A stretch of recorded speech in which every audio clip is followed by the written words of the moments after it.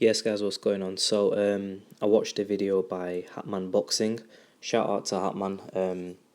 On his channel, I really like his channel. It's really good content. He definitely knows his boxing. One of the few channels, to be honest, who actually know their boxing. He seems a lot older than myself, so he's experienced different eras of boxing, which I haven't. I started watching boxing when I remember watching Lennox Lewis, Prince Nassim Hamed, and who else there used to be? Obviously, Mike Tyson, Evander Holyfield. That's the boxing that I remember in them days. That's when I first started watching it. But obviously, I think because he's a bit older, he remembers fights from quite a lot further along in the timeline of boxing. But look, I saw this posted on his channel, and I wanted to do my take. And I've not really watched the video, to be honest, but I just saw this picture there, and it caught my eye, and I really wanted to talk about this ranking in boxing. So Sky Sports have got Tyson Fury ranked at number one. Now, we're going to go up, right? Starting from number 10 to number one. Okay? Now, Andy Ruiz being ranked at number 10. I think he should. I've actually read a tweet saying I don't know how Andy Ruiz is at number 10. But for me, I think that's spot dot right. I think maybe he could even be higher. Now, although Andy Ruiz, I don't think he's faced any real tough opposition. I know he has beat some good competition, decent-ish competition, and he's knocked them out, he's plastered them. But I think like sometimes when you rate rankings, you can't just solely rate it upon who a person's beat. You also have to take into account someone's skill level and what you think of them as a fighter. And I said Andy Ruiz for me is a brilliant fighter, and this might sound really surprising, but I really think Andy Ruiz could beat maybe about 4 to 5 people in this top 10 rankings. That might sound crazy to you, but I really feel he could do a job on Povetkin. I've not really seen too much of what's his name at number 7. I forget his name, but it's there. I can't see the picture here. Number 7, right? I think he could do a job in it. Pulev, that's it, right? Pulev, I think he could do a job on Pulev. And I think that if he faced David Hay, hell, even Joseph Parker, Luis Ortiz, I think Andy Ruiz is a very good fighter. People look at his body and they just think to themselves that, oh, because Andy Ruiz is quite, he's quite fat, and they think that he can't fight. Yeah, he is fat, but that does not mean to say that he can't fight. I really think he can scrap, and he's a really good body puncher. So for me, Andy Ruiz belongs in there, and I think he's the most underrated heavyweight in the division. That's my opinion. Okay, let's move up. Okay, number 9 we've got David Hay. David Hay's done a lot in the sport of boxing. He's got a high profile, but he's knocking on a bit, and of recent he's been fighting bums. Bottom line. Okay, so he deserves that number 9. Moving on, Luis Ortiz. Luis Ortiz is an exceptional fighter. Just beat was it Jennings he beat? Landed some severe uppercuts, and he's a very good inside fighter. But I think where Luis Ortiz lacks is his outside game. I think he's very, very big, and I think he's a bit too big. And I think that he's a bit stationary. He plants his feet quite a bit, but look, man. Luis Ortiz is, anyone knows anything about boxing knows this guy is an animal, and he's very, very dangerous. If he gets you on the inside, he can knock you out, and he's a extremely, extremely good inside fighter.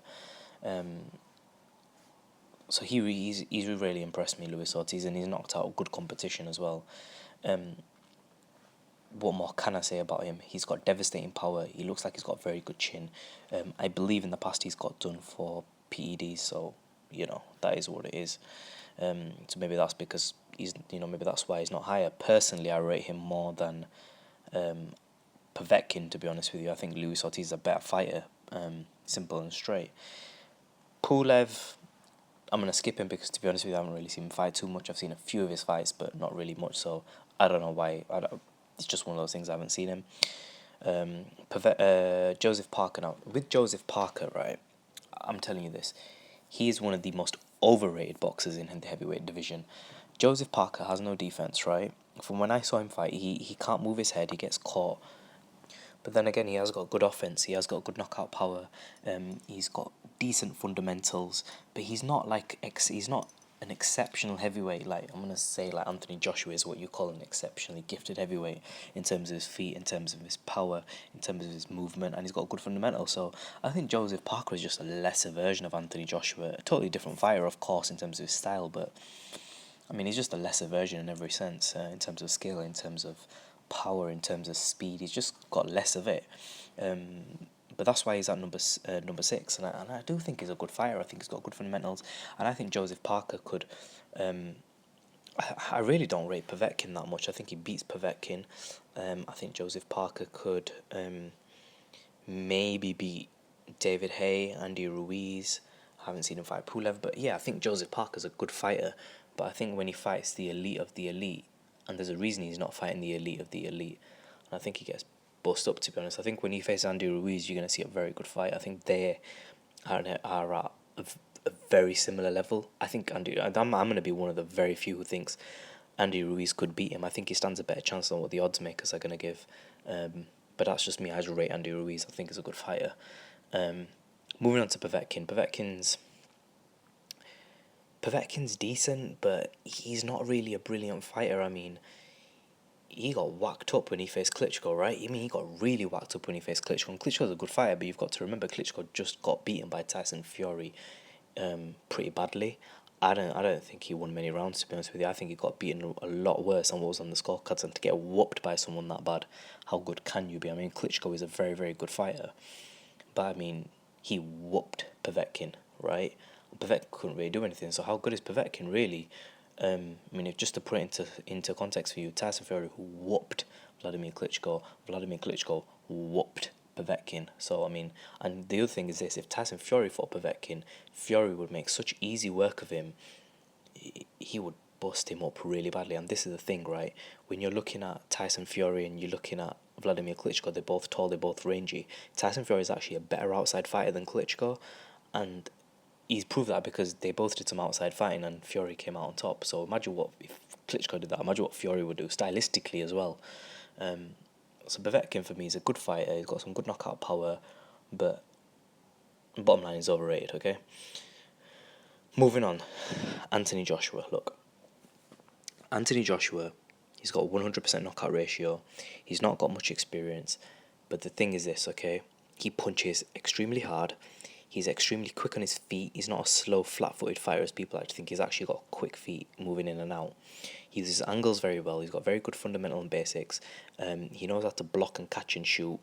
And he's a basic fighter. He's a very, very basic fighter. He can get figured out by someone who's got good technical ability, but you've got to, first of all, be able to last with him in there for 12 rounds and not get caught by a big one. And if you do, you know he's got the most devastating power in the heavyweight division today. There is nobody who punches harder than Anthony Joshua.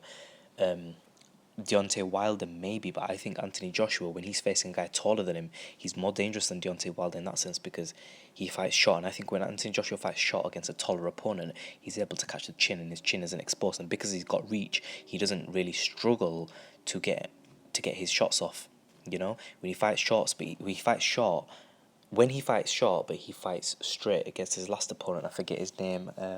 The guy who actually put up a good fight and Trouble, that was his nickname, I forget his name. But look, when he faced him, you saw, right, Anthony Joshua coming on the front foot, being the aggressive fighter, fighting short, keeping his chin tucked, and throwing straight punches straight down the pipe, throwing combinations, hitting the body really well. I think that's a very dangerous Anthony Joshua. I think the style of opponent is very important. I think when he faces opponents who back up, I actually think you see the best of Anthony Joshua. When you see him on the back foot, someone coming head to head with him, someone like Dillian Whyte, someone like even Povetkin. I think Luis Ortiz would beat Anthony Joshua, to be honest. I think that's one guy, actually, come to think of it, that would destruct Anthony Joshua. David Haye, I think these are dangerous fights for Anthony Joshua. He could obviously potentially beat these guys, but I think he's much better off facing someone like Klitschko, to be honest with you, or even Deontay Wilder. Moving on, Deontay Wilder. Okay, this guy here, he could be the number one in the division, okay? With Tyson Fury, right, who's at number one, who we're going to talk about in a bit, right? Deontay Wilder he can box, he's quick, he's sharp, he's fast, he hits extremely hard. I think he's quite rugged, to be honest with you. People think he's got a glass chin. He's not got a glass chin. I think he's quite rugged. He's very determined.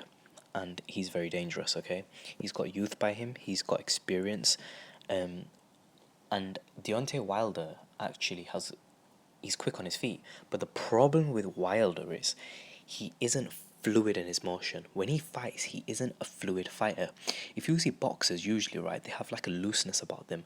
Wilder doesn't have that looseness, and he doesn't have a natural knack for boxing, but he has so much talent in terms of his speed, in terms of his punching power, even in terms of his ruggedness. I have not seen him wobble, and he has what he's shown us in terms of punching power. Not even Anthony Joshua, who I said is the biggest puncher here, right, has shown us, because when he hurts opponents, he makes them quiver. He has shown us such extremely dangerous knockouts that is shocking, and he throws combinations. He's extremely fit.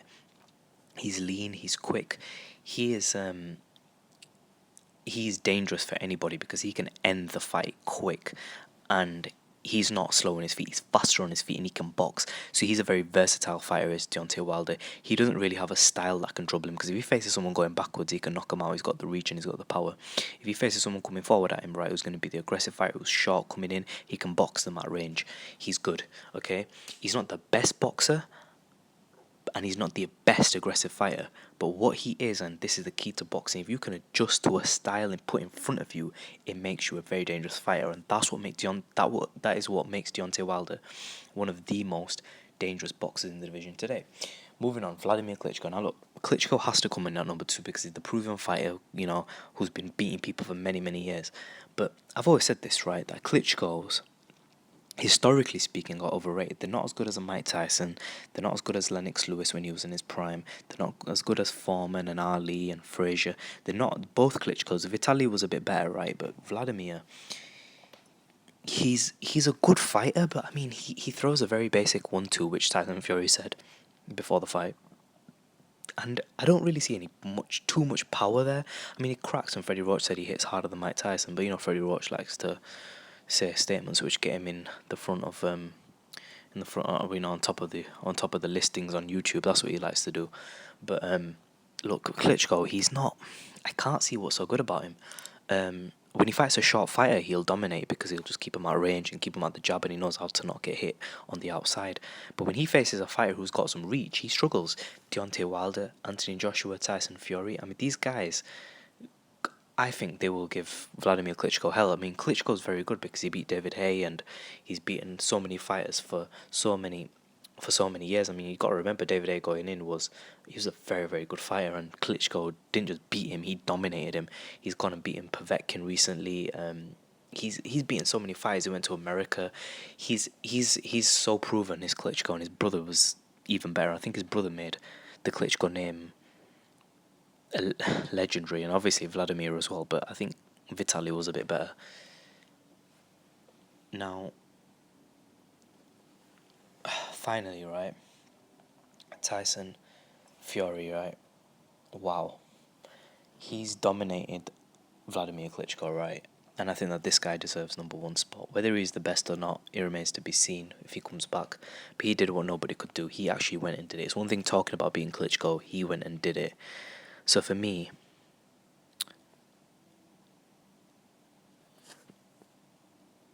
Tyson Fury is the enigma in boxing.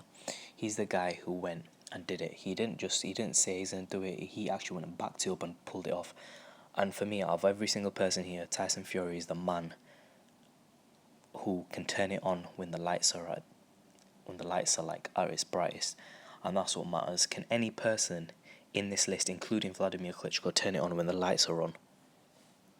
We don't know, basically, okay? A lot of them don't. Floyd Mayweather Jr. might not even he says all the time, people beat me in their gym and this and that, but it's not about that. It's about when you come under the lights, how well do you perform? And Fury thrives under the lights, and that's the difference between a great fighter and a legend. The great legends of boxing shined brightest when the brightest lights were on them, and I think that's what makes Tyson Fury unique and different and very good. And also his technical capability, I've said it many, many times in this, in videos in the past, is brilliant, and he's beaten good fighters as well prior to Klitschko. Comment section below, subscribe as always, BeReal TV.